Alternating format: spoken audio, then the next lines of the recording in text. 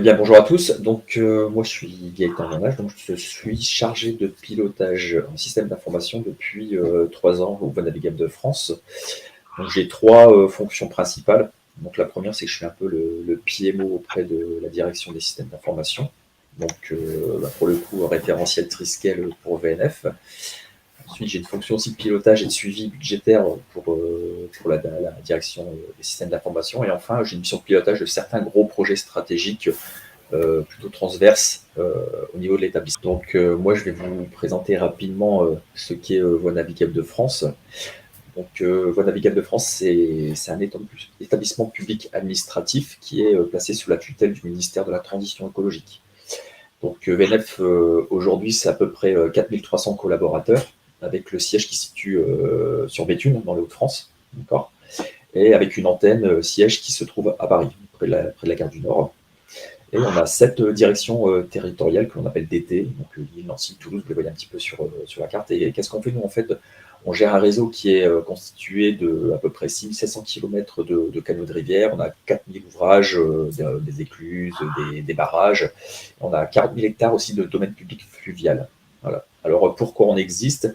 Et les missions qui nous sont confiées, c'est de gérer, d'exploiter, de moderniser et de développer tout ce qui tourne autour du fluvial, du transport fluvial et aussi du tourisme fluvial. Donc, ce qu'il faut savoir, c'est que nous, en fait, l'intégration de Triskel, elle est venue suite à une réorganisation en interne. Ce qu'il faut savoir, c'est que nous, au départ, on n'était pas une direction, c'était un service informatique qui dépendait de notre DRH. Le service SSI, du coup, devenant une direction, on avait une mauvaise visibilité des projets que nous portions et on souhaitait avoir une vision stratégique de nos projets qui s'inscrivent dans des grands programmes et objectifs qui étaient portés par notre direction générale. Alors, à titre d'exemple, on a un gros projet de modernisation de nos ouvrages sur 10 ans et il y a tout un tas de projets informatiques qui en découlent. Donc, au départ, on s'est posé la question de savoir comment on allait gérer tout ça, puis on s'est dit, bon, on va utiliser Excel. Et puis, au final, on s'est vite aperçu que ça devenait très compliqué, étant donné le volume de projets à suivre, et puis aussi pour organiser la saisie des informations, pour regrouper les informations, puis faire des synthèses. Donc, gérer un portefeuille, c'était vraiment très, très difficile. Alors, en fait, nous, on voulait aller vite. Hein, c'était vraiment hyper important pour nous de suivre notre portefeuille projet. Et on voulait aussi acquérir une solution qui pouvait être utilisée pour l'ensemble des directions métiers de VNF. Donc, en gros, que la solution soit une solution nationale. Alors, étant organisme public, on n'a pas souhaité passer par un marché puisqu'on allait tout de suite avoir un délai incompressible de constitution du marché. On a préféré se baser sur le catalogue UGAP qui proposait tout un tas de solutions de PPM. Alors, sur l'ensemble de ces solutions, on en a sélectionné 3 qui pouvaient être potentiellement favorables pour VNF. Donc, ce qu'on a fait ensuite, c'est qu'on a rédigé un cahier d'exigences avec une grille de notation par thématique. Alors, les thématiques sont diverses. Hein. Il y avait des thématiques techniques, il y avait des exigences métiers, des exigences stratégiques, de sécurité, etc. Et sur cette base, et sur les 3 candidats sélectionnés, on a réalisé une démo. Et à partir de chaque démo, on a fait, nous, en interne, une notation qui était basée justement sur ce cahier d'exigence. L'objectif étant d'avoir des critères de notation objectifs pour être certain que la solution, elle convienne à l'établissement. Donc, Triskel, c'est vite qualifié, j'ai envie de dire, il a vite été prioritaire.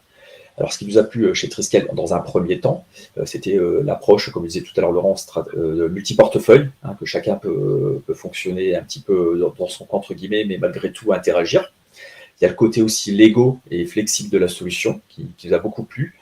Donc, avec l'implémentation de fonctionnalités de base personnalisables et puis qu'on peut déployer au besoin, hein, et puis qu'on peut défaire aussi si on a besoin. Et puis, sachant que toutes les fonctionnalités, elles étaient personnalisables. Donc, nous, c'était très adapté chez nous.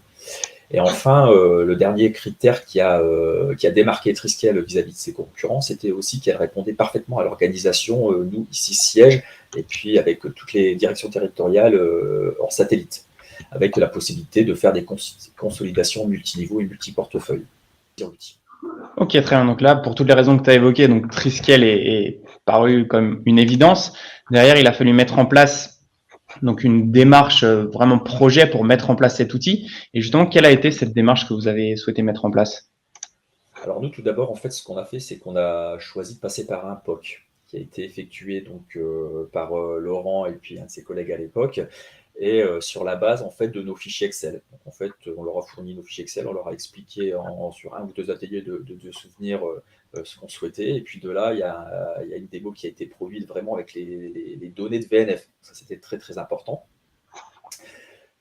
Ces travaux de POC donc, ont été recettés par la DSID, mais ont été aussi présentés auprès de notre direction générale qui a validé en fait la démarche et du coup le suivi de notre portefeuille projet Dessine et futur établissement avec Triskel.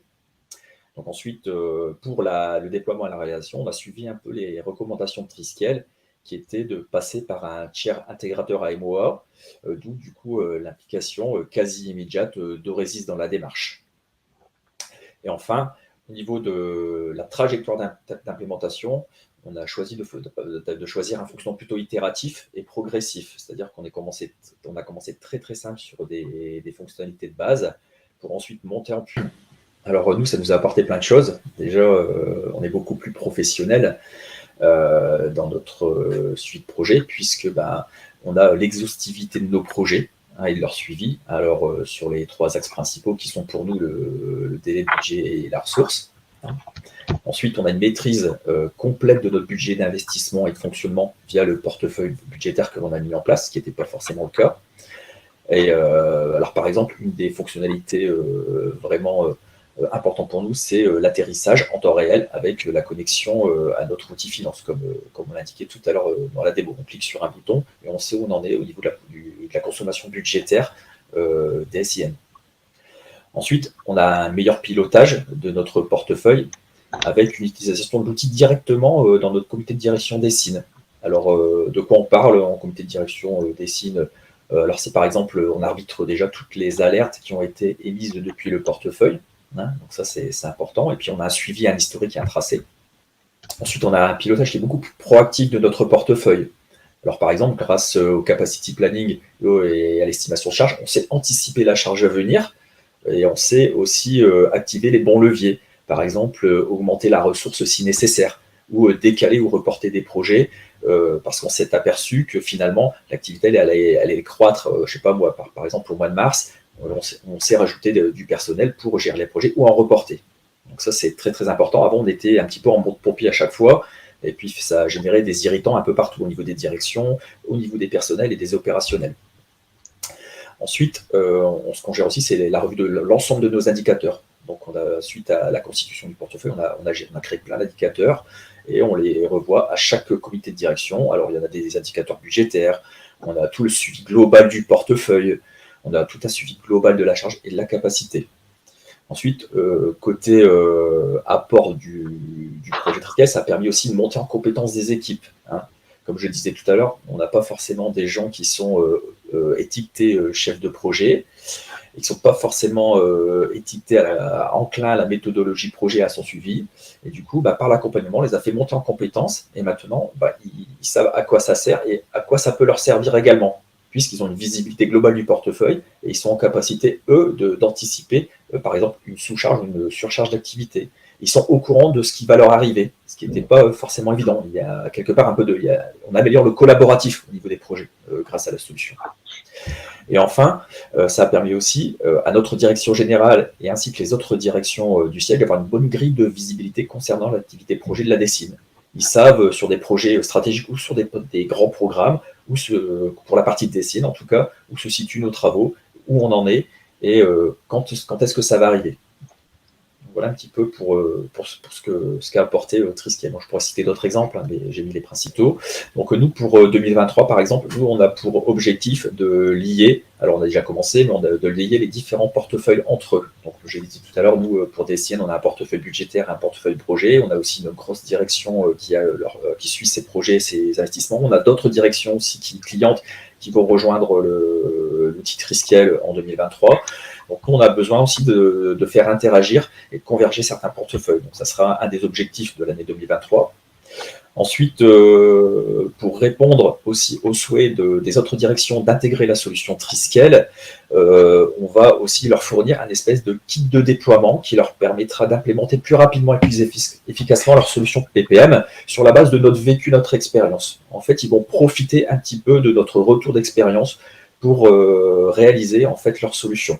Donc, ils vont profiter, par exemple, de la gouvernance, ils vont profiter de toute la partie contractuelle. Nous, on a mis tout un volet contractuel pour permettre justement à nos directions de monter leur solution Triskel. Hein. Donc, ça passe par des marchés. Hein. Concrètement, on a un marché avec directement l'éditeur et on a un marché d'accompagnement avec Oresis. Et enfin, on va continuer à faire évoluer notre portefeuille. Donc là, on a vu tout à l'heure la gestion de la demande qu'on va faire et encore évoluer. On va encore faire évoluer toute la partie gestion des objectifs au quadrimestre et on va encore faire évoluer la partie de portefeuille de suivi budgétaire puisqu'il y a des nouveaux besoins qui apparaissent. Et du coup, on va encore rentrer de plus en plus dans le détail pour être encore plus proactif, encore plus professionnel dans notre gestion. Pour toi, donc pour la mise en place d'un tel projet et la mise en place d'un outil comme Triskel, quels sont les facteurs clés de succès? Alors moi, j'en ai noté quatre principaux.